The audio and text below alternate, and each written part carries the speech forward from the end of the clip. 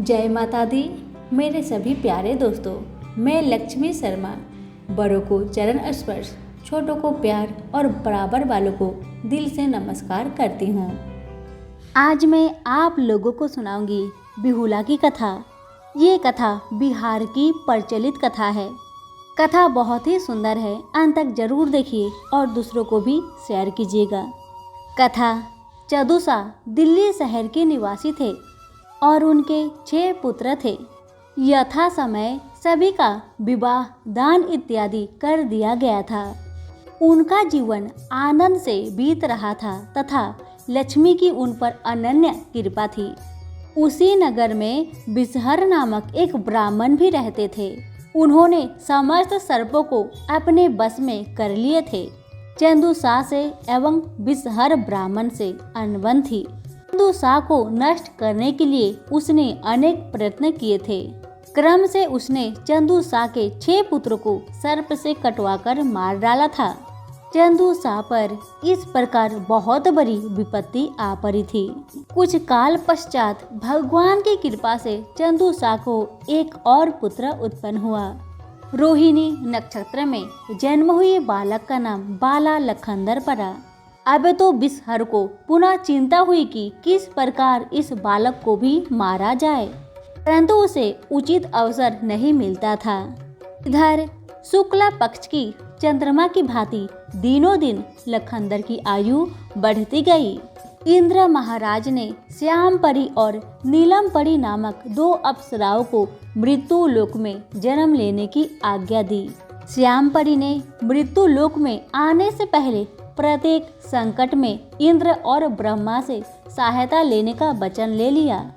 नीलम परी ने मृत्यु लोक में नागिन के रूप में जन्म लिया। श्याम परी चीना नगर के चीना शाह के यहाँ बिहुला के नाम से जन्म लिया। बिहुला के जन्म लेते ही चीना शाह का घर धन धान्य से परिपूर्ण हो गया और व्यापार में वृद्धि होने लगी।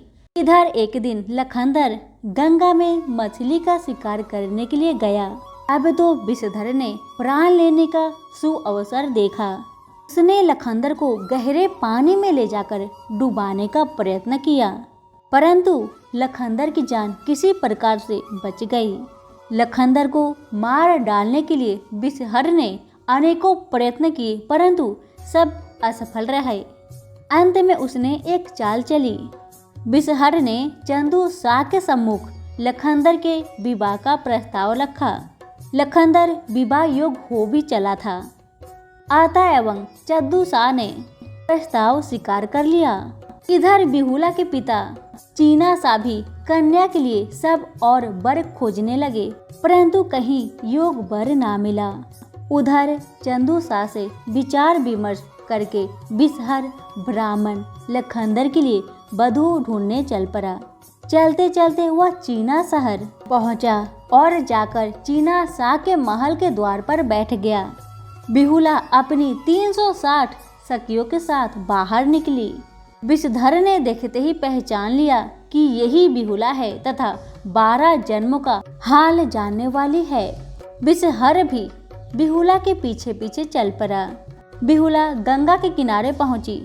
बिसहर ने मंत्र चलाकर सिंदूर और अक्षत गंगा के घाट पर छोड़ दिया। बिहुला की सखियों ने सिंदूर और अक्षत देखकर बिहुला से स्नान करने के लिए मना कर दिया, परंतु बिहुला न मानी।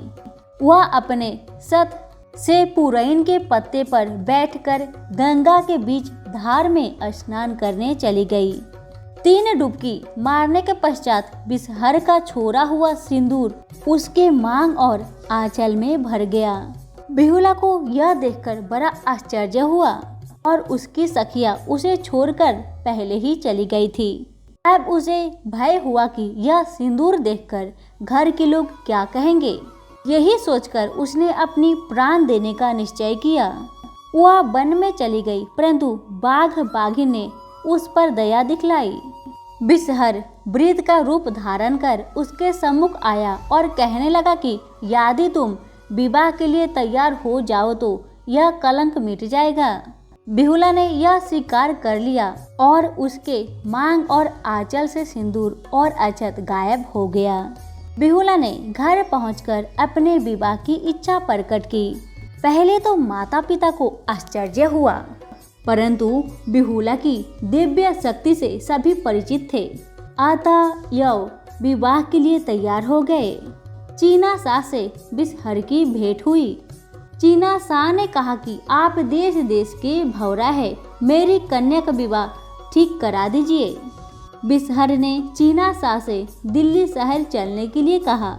दोनों व्यक्ति नाई, ब्राह्मण और तिलक का सामान लेकर दिल्ली शहर पर पहुंचे। पहले तो चंदू शाह तैयार नहीं होते थे, परंतु अंत में तिलक स्वीकार कर लिया। चंदू शाह को अभी संतोष नहीं हुआ था। उड़न खटोले पर बैठकर स्वर्ग में चीना शहर में बिहुला को देख आए। वापस आकर बड़े धूमधाम से बारात की तैयारी करने लगे। बारात जब चीना शाह के घर पहुंच गई तो बिसहर ने बिहुला की परीक्षा लेनी चाहिए। बारात जब अगवानी के लिए द्वार पर लगी तो चीना शाह ने देखा कि बाला लखंदर के समान सैकड़ों बर पालकियों पर चढ़े हुए हैं। किसकी द्वार पूजा की जाए वे सोचने लगे। घर में आकर उन्होंने सब हाल बतलाया। बिहुला ने भी यह सुना।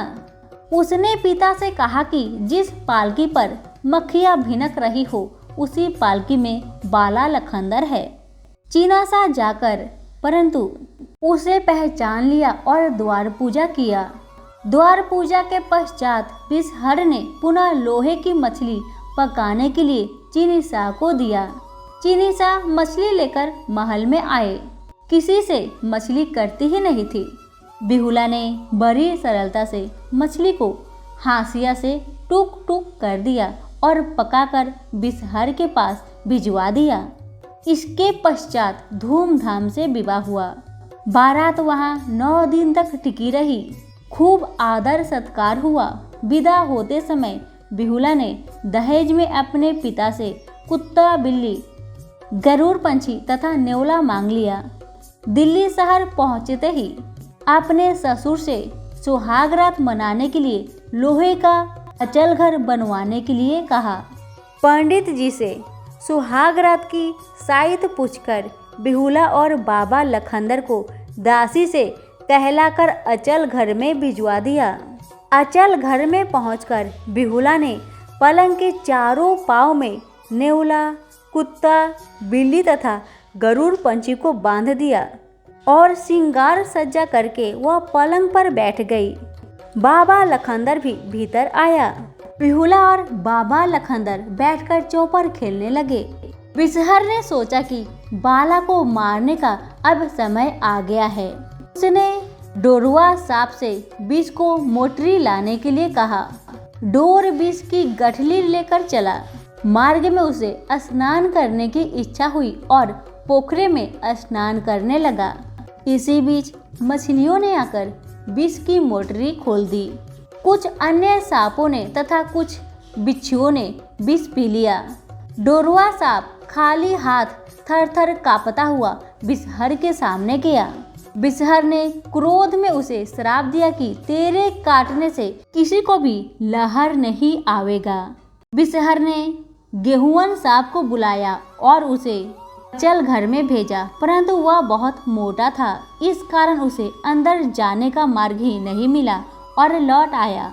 बिसहर ने काली नागिन यानी कि नीलम परी को बुलवाया और उसे भेजा, परंतु वह भी मोटी परी। फिर तो बिसहर ने झावा से रगड़ रगड़ कर उसे तांगे की तरह पतला करके भेजा। चल घर में वहां समा गई। उसने बिहुला और बाला को जागते देखा। इस कारण वह लौट आई। अब बिसहर शिव जी के पास गया और उसने सवा भार निंद्रा मांगकर अचल घर में छोड़ दिया। नागिन पुनः अचल घर में गई। वह बिहुला को पहचान गई। वह सोचने लगी कि यह तो मेरी सखी है, यदि इसके पति को डसूंगी तो नरक मिलेगा। बिसहर से जाकर पुनः उसने कहा कि बिना कसूर के मैं किस तरह काटूं। बिसहर ने इस बार मच्छरों को छोड़ा और कहा कि मच्छर जब बाला के पैर में काटे तो वह हाथ चलाएगा जिससे तुम्हें चोट लगेगी और फिर तुम उसे डस लेना। नागिन जाकर बाला के समीप बैठ गई। मच्छर काटने के कारण बाला ने 3 बार हाथ चलाया। तीसरी बार नागिन ने उसे डस लिया। बाला ने जब जग कर देखा कि उसे नागिन ने काट खाया है तो वह बिहुला को जगाने लगा, परंतु बिहुला तो निद्रा में बेहोश थी। नागिन बिहुला के केस में छिप गई थी। इधर बाला का चिल्लाते चिल्लाते प्राण निकल गया। जब सवाभार निद्रा समाप्त हुई तो बिहुला जागी और बाला को मृत देखकर अपना सिर पीट लिया। उसने सोचा कि लोग यही कहेंगे कि अचल घर में बैठकर बिहुला ने अपने पति को मार डाला। वह अत्यंत दुख के कारण विलाप करने लगी। प्रातः काल ही रोना सुनकर लोग अचल घर के सामने एकत्र होने लगे। बिसहर ने जाकर चंदू शाह से कहा कि तुम्हारी पतो डाइन है, उसी ने बाला को मारा है। चंदू शाह को उसके कथन पर विश्वास हो गया। बिसहर ने कहा कि उसे भरी सभा में लाकर दंड देना चाहिए तथा बांस के बेट से मारकर और उसके घावों पर नमक डालकर मार डालना चाहिए। बिहुला को भरी सभा में घसीटते हुए लाया गया। बिहुला ने भरी सभा में कहा कि यदि मैं कैन के मार से नहीं मरूंगी तो मुझे पति का लाश दे दिया जाए, मैं उन्हें पुनः जीवित करूंगी। बिहुला पर बुरी तरह से मार पड़ने लगी, परंतु वह मरी नहीं। उसने लाश मांगी। इस पर बिसहर ने आपत्ति की, परंतु जनता ने लाश देने में कोई हानि नहीं माना।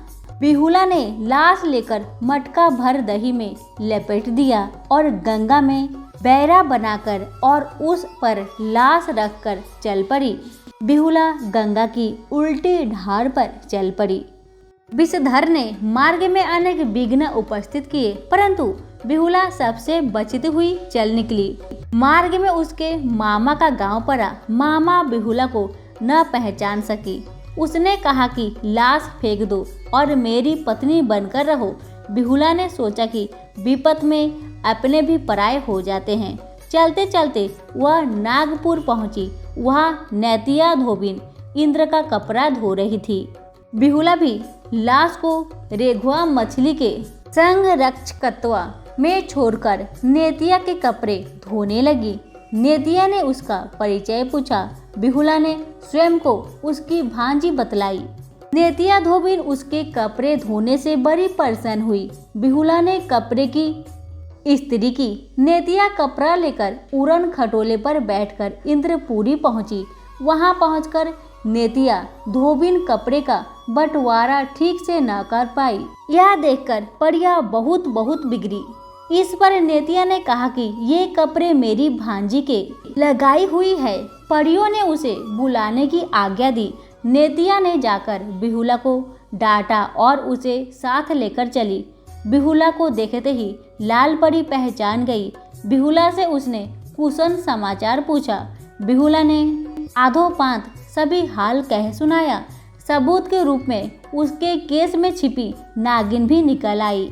बाला की लाश को दुर्गा ने स्वर्ग में पहुंचा दिया। लाश पर चंद्रामृत छिड़का गया और बाला लखनदर जीवित हो उठा। बिहुला ने शेष 6 जेठों को भी जीवित कराया। इस प्रकार से सबको स्वर्ग से पृथ्वी पर ले आई। चंदू शाह ने ऐसी सतवंती पतो पाकर अपने को धन्य माना। चंदू शाह ने बिसहर को बुलवाया। बिसहर ने सोचा कि उसे इनाम मिलने वाला है, परंतु जाकर देखा तो बिहुला सम्मुख खड़ी है। बिसहर का नाक कान कटवाकर देश निकाला दे दिया गया। हमारी आज की बिहुला की कथा यहीं पर समाप्त होती है। कथा पसंद आने पर लाइक शेयर जरूर कीजिए और हमारे चैनल को सब्सक्राइब करके हमारे साथ जुड़े रहे। धन्यवाद।